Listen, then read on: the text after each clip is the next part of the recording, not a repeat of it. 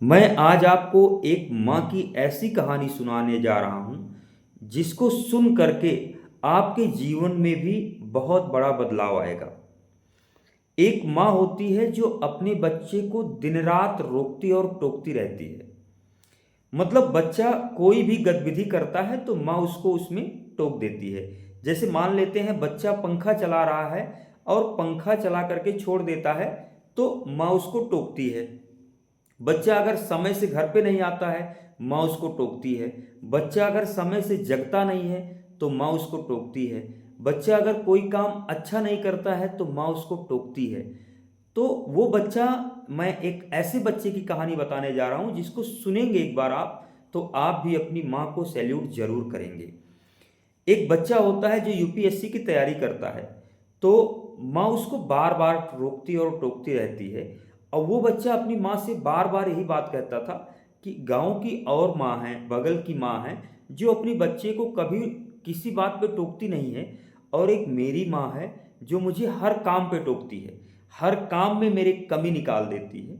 ये सुन के बच्चा बहुत फ्रस्ट्रेट होता है और वो गुस्से में आकर के वो घर से निकल जाता है। वो कहता है मैं इस घर में रहूंगा तो मैं कभी भी जीवन में अपने सफल नहीं हो पाऊंगा। वो बाहर निकल जाता है तैयारी करने के लिए। वो 2 3 4 साल तैयारी करता है लेकिन उसका यूपीएससी में सिलेक्शन नहीं हो पाता है। तो फिर सोचता है कि मैं घर से गुस्से में चला आया था तो क्या मुंह लगा करके मैं घर जाऊंगा। तो वो वहां से निकल देता है किसी प्राइवेट कंपनी में जॉब करने के लिए। तो काफ़ी दिन तक भटकता है लेकिन उसको कहीं जॉब नहीं मिलती है।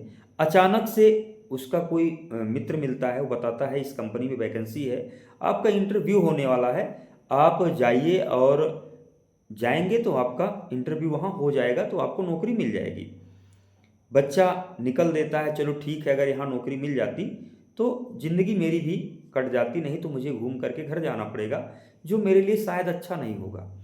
तो जब बच्चा नौकरी पर इंटरव्यू के लिए जाता है तो सबसे पहले क्या देखता है कि कंपनी का जो गेट है, एक गेट खुला है, एक गेट आधा बंद था।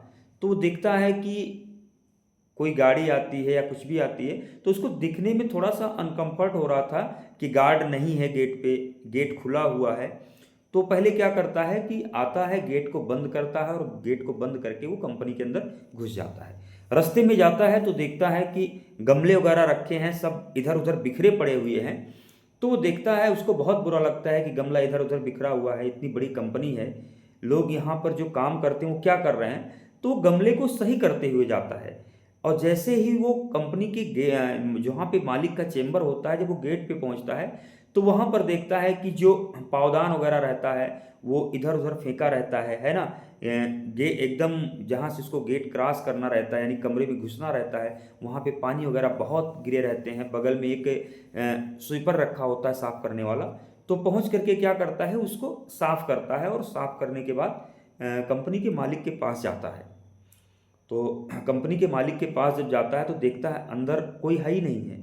वो बढ़ता हुआ चला जाता है और जैसे ही वो कंपनी के अंदर घुसता है, उस मालिक के पास जाता है, तो मालिक उसको बोलता है वेलकम। वो सुन के थोड़ा सा शॉक्ड हो जाता है, चौंक जाता है कि अभी तो मेरा इंटरव्यू नहीं हुआ, वो मुझे वेलकम क्यों कह रहा है। वो बोलता है कि आप हमारी कंपनी के नए मैनेजर हैं।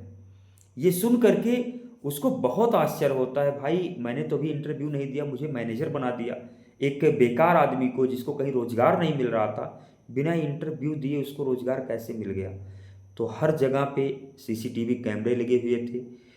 कंपनी का जो मालिक था वो हर चीज़ों को बिगाड़ करके रखा था, उसको बिखेर करके रखा था। तो जो वो गेट पे आता है, गेट बंद करता है, फूल वगैरह को सही करता है, गेट पे पहुंचते हुए पानी वगैरह को साफ करता है। ये सारी चीज़ें देख करके वो बहुत प्रभावित होता है और वो कहता है जो मेरे कंपनी को एक मैनेजर के लिए जो चाहिए वो आपके अंदर सब कुछ है। तो उसको अपनी माँ की वो बात याद आ जाती है कि जो उसकी माँ उसे बार बार रोकती और टोकती थी, आज उसी का देन था।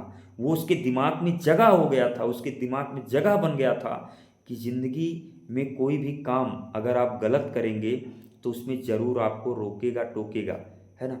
तो वही रोकना और टोकना जो है उसकी ज़िंदगी का सबक बना और वो उन्हीं चीज़ों को, माँ की अपनी पुरानी बातों को याद करके वो हर चीज़ों को सही करता चला आया।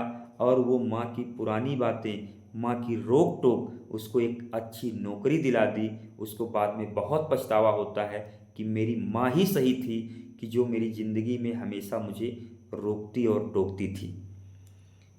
तो ये वीडियो मैं उन लोगों के लिए बता रहा हूँ कि जिनकी माएँ उनको बार बार रोकती हैं और टोकती हैं। वो लोग बहुत गुस्से में होते हैं। ऐसे बच्चे बहुत फ्रस्ट्रेट होते हैं कि और जगह तो लोग स्वतंत्रता देते हैं, लेकिन हमारे घर में तो रोक टोक है। ये रोक टोक नहीं है भाई। यहाँ से आपका कैरियर संवर जाएगा, क्योंकि आप जिस रास्ते पे चलना चाहते हो, आपकी पुरानी पीढ़ियाँ उन रास्तों से चल करके आई है। उनको ज़िंदगी का एक बड़ा अनुभव है। उनके अनुभव को सीखिए, समझिए। हो सकता है इसी तरह भविष्य में भी आपके काम आए। इस वीडियो में इतना ही। फिर नए वीडियो में नई कहानी के साथ मिलेंगे। तब तक के लिए नमस्कार।